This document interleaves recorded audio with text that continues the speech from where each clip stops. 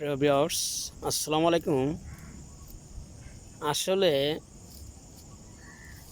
যারা খামার করবেন অথচ করতেছেন, কিন্তু পশু পাখি সম্বন্ধে যাদের আইডিয়া নাই, তাদের জন্য শুধু আমার এই 1 মিনিট কথা। কেউ খারাপ মন্তব্য করবেন না।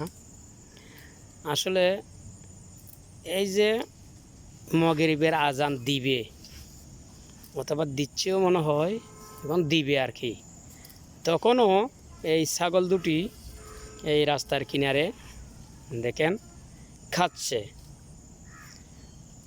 এই খাওয়াটা কিন্তু আমার খুব ভালো লাগতেছে। এরা যে খাচ্ছে আমার ভালো লাগতেছে। তো আসলে যারা পশুপালন করতে চায়, গরু, ছাগল, মুরগি, হাঁস যা বলেন, আসলে এদের প্রতি যদি একটা ভালোবাসা না থাকে, এদের ভালো লাগা যদি কি আমার ভালো না লাগে, তাহলে এই পশু পাখি পালন করে ইনকাম করা আসলে সম্ভব নয়।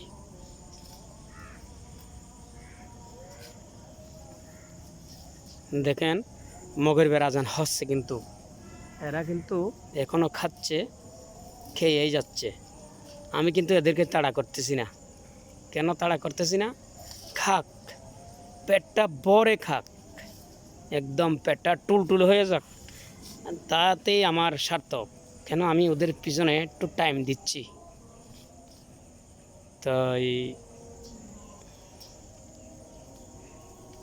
এই টাইম দেওয়াতেই হয়তো নিজের সন্তানে বেইমানি করলেও এই পশু পাখি আপনার সাথে কোনো দিন বেইমানি করবে না। 6 মাস পরে অবশ্যই আপনাদেরকে বাচ্চা দিবে। সেই বাচ্চাগুলো যদি আপনি নিজের পেটের সন্তানের জন্য বড় করতে পারেন, তাহলে কিন্তু আপনি সাকসেস।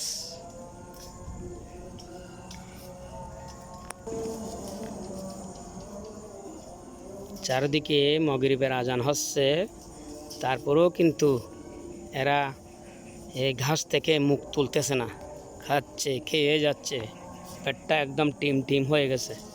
খাক, যতই খায় আসলে ততই আমার ভালো লাগতেছে। কারণ আমি পশু পাখি ভালোবাসি, আমি ওদের পিছনে টাইম দিচ্ছি আর কি। তাই দোয়া করবেন আপনারা যারা এ ধরনের পশু পাখি পালা ইচ্ছুক, আপনারা ঠিক আমার মতোই টাইম দিতে হবে। এরা কুকুরকে খুব ভয় পায়, শিয়ালে ধরে, কুকুরে ধরে, মানুষ না থাকলে তেমন একটা ঘাস খেতে চায় না। তা আল্লাহ হাফেজ, দোয়া করবেন। সমাপ্ত ঘোষণা করলাম।